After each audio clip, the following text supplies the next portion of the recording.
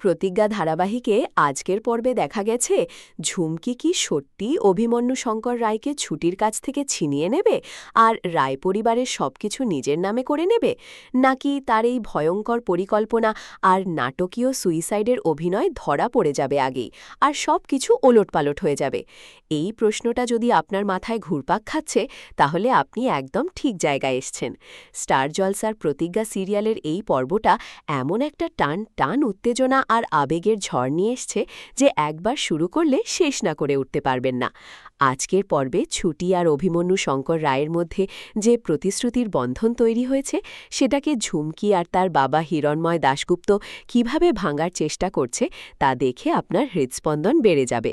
রায় পরিবারের সদস্যরা একে একে ছুটিকে গ্রহণ করতে শুরু করছে, কিন্তু ঝুমকির নাটকীয় অভিনয় সবকিছুকে ঝুঁকির মধ্যে ফেলে দিয়েছে। চলুন একদম শুরু থেকে বিস্তারিতভাবে দেখি আজকের এই নাটকীয় পর্ব কিভাবে এগিয়েছে। পর্বের শুরুতেই আমরা দেখি ছুটি একদম কেটে পড়ার মুডে আছে। সে অভিমন্যু শঙ্কর রায়কে বলছে, আজকের মতো আমি কেটে পড়ি, হ্যাঁ, তুমি কিন্তু একদম ভয় পাবে না, একদম ভয় পাবে না। ছুটির এই কথাগুলো শুনলে বোঝা যায় তার মনে কতটা উদ্বেগ আর দায়িত্বের বোঝা চেপে বসেছে। সে তার বাবার কেস নিয়ে উদ্বিগ্ন। অভিমন্যু শঙ্কর রায়কে সে বলছে, উকিল স্যার আমার বাবাকে ছাড়িয়ে আনতে পারবে তো গো? অভিমন্যু শঙ্কর রায়ের ওপর তার কোনো সন্দেহ নেই। সে বলছে, অভিমন্যু শঙ্কর রায়ের ওপরে অন্তত আমার কোনো সন্দেহ নেই, আর তোমার মনে যদি কোনো সন্দেহ থাকে বারো করে দাও। অভিমন্যু শঙ্কর রায় তাকে আশ্বস্ত করে বলছে, রিল্যাক্স থাকো, বুঝলে? এই দৃশ্যে অভিমন্যু শঙ্কর রায়ের চরিত্রটা একদম স্পষ্ট হয়ে ওঠে। সে শুধু একজন সফল উকিল নয়, সে একজন দায়িত্বশীল স্বামী আর বন্ধুর মতো ছুটির পাশে দাঁড়িয়েছে। তার কথায় যে শান্তি আর বিশ্বাস আছে, সেটা ছুটিকে অনেকটা সাহস যোগায়।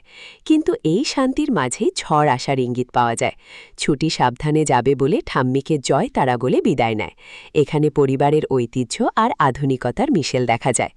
এরপরে ইন্দ্রের এন্ট্রি হয়, যা পুরো দৃশ্যকে মজার করে তোলে। ইন্দ্র জানলার ওপর দাঁড়িয়ে আছে আর ছুটি তাকে দেখে অবাক হয়ে যায়। ছুটি বলে, জানলা দিয়ে এসছিলেন, তাই জানলা দিয়ে? ইন্দ্রকে ছুটি টিজ করে বলে, আমাদের বাড়িতে দরজা বলে বস্তুটাও এক্সিস্ট করে।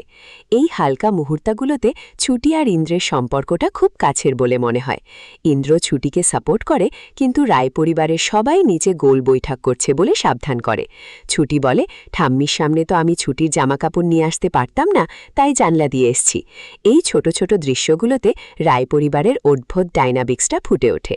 ছুটি প্রশ্ন করে, আপনার পরিবারের লোককে দেখলে সবাই এরকম ভয়ে জুজু হয়ে যায় কেন? অভিমন্যু শঙ্কর রায় উত্তর দেয়, শুধুমাত্র একটা ঘটনার পরিপ্রেক্ষিতে সবাইকে মার করাটা উচিত না। হঠাৎ করে একটা সিচুয়েশন তৈরি হয়েছে, তাতে এরকম রিয়্যাক্ট করে ফেলেছে। অভিমন্যু শঙ্কর রায়ের এই ম্যাচিওরিটি দেখে মনে হয় সে সত্যিই পরিবারের লিডার। সে ছুটিকে বলে, এই ব্যাপারে আমার আপনার সাথে কিছু কথা ছিল। এখান থেকে ছুটি আর অভিমন্যু শঙ্কর রায়ের মধ্যে গভীর কথোপকথন শুরু হয়। কিন্তু এই শান্ত মুহূর্তটা হঠাৎই ভেঙে যায় যখন ঝুমকির কানে ছুটি আর অভিমন্যু শঙ্কর রায়ের বিয়ের খবর পৌঁছে যায়। ঝুমকি একেবারে ভেঙে পড়ে। সে চিৎকার করে বলে, ছুটিকে বিয়ে করল? ছুটিকে কেন কেন কেন কেন? এই চিৎকারে তার মনের যন্ত্রণা ফেটে পড়ে। সে বলে, এটা হতে পারে না, এটা হতে পারে না, সব ভেঙে দেব আজকে। কিন্তু তারপরই সে নিজেকে সামলে নেয়, কারণ দামি জিনিস ভাঙলে জ্যোতির্ময় দাশগুপ্তর কাছে দাম দিতে হবে। এই মুহূর্তে ঝুমকির চরিত্রের দ্বিমুখিতা স্পষ্ট হয়।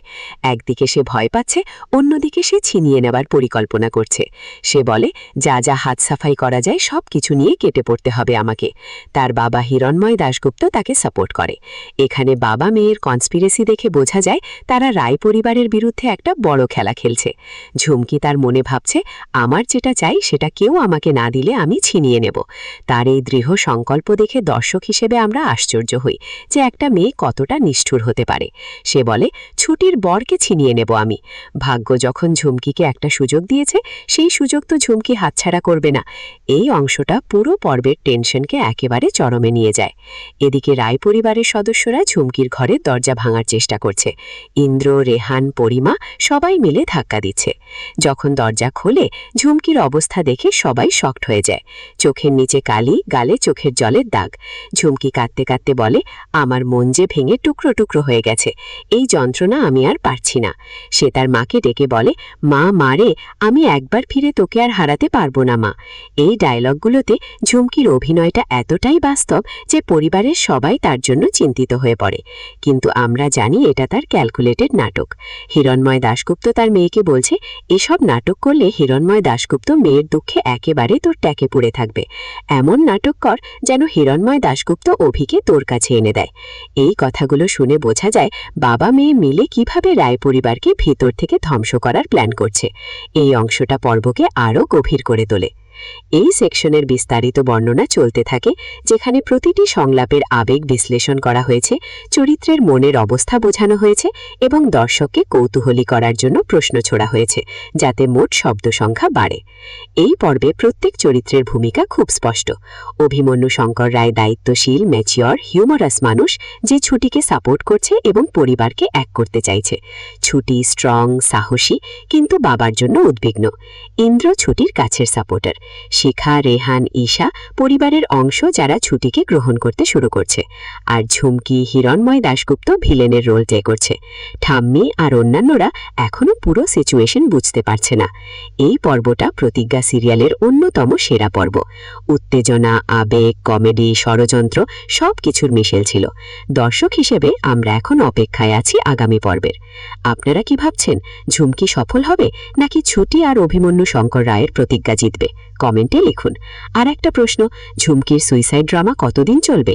আর হিরণময় দাশগুপ্তর পরবর্তী মুভ কী হবে? আপনাদের মতামত জানান। আমি সব কমেন্ট পড়ি আর রিপ্লাই দিই। এই পর্ব দেখে আপনার মনে কী প্রতিক্রিয়া হয়েছে সেটাও শেয়ার করুন। চ্যানেলটি সাবস্ক্রাইব করুন, লাইক করুন, শেয়ার করুন, যাতে প্রতিজ্ঞার পরবর্তী আপডেট মিস না করেন। প্রতিজ্ঞা দেখতে থাকুন, ভালোবাসতে থাকুন। পরের পর্বে আবার দেখা হবে আরও বড় টুইস্ট নিয়ে। ধন্যবাদ।